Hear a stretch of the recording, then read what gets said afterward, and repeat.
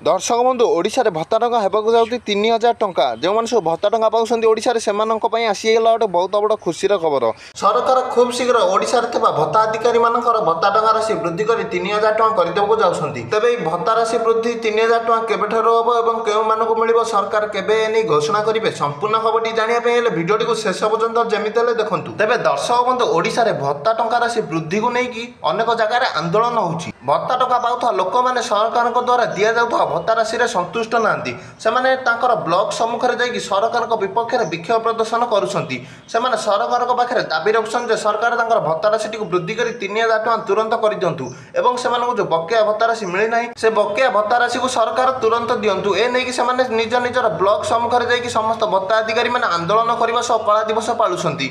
एवं सूचना मिलुछि जे पंचायत इलेक्शन आगु थिबारु भत्ता अधिकारी मानकर आंदोलन आगु जाइकी तीव्र रूप धारण करिवो एवं सरकार का विपक्ष रे विक्षोभ प्रदर्शन मध्य आगु एहिपरि भाबे जारी रहिबो। कारण आगु पंचायत इलेक्शन अछि भत्ता अधिकारी मानकर ए आंदोलन रे दाबी रहिबो जे सरकार तांको भत्ता राशि को तुरंत 3000 टका करि दियंतु। कारण ना आगु पंचायत इलेक्शन अछि तेनु सरकार लोक मानक कथा सुनिया को बाध्य हबो एवं भत्ता अधिकारी मानकर आंदोलन जदि आगु जाइकी एहिपरि भाबे जारी रहे ताले भत्ता बढ़ेबा को सरकार बाध्य हेबे। ताहाले एहा थिला आजिर भत्ता अधिकारी मान बड़ खबर। भिडियोटी भल लगे भिडियोटी को लाइक टे करने चैनल सब्सक्राइब टे कर दियंतु।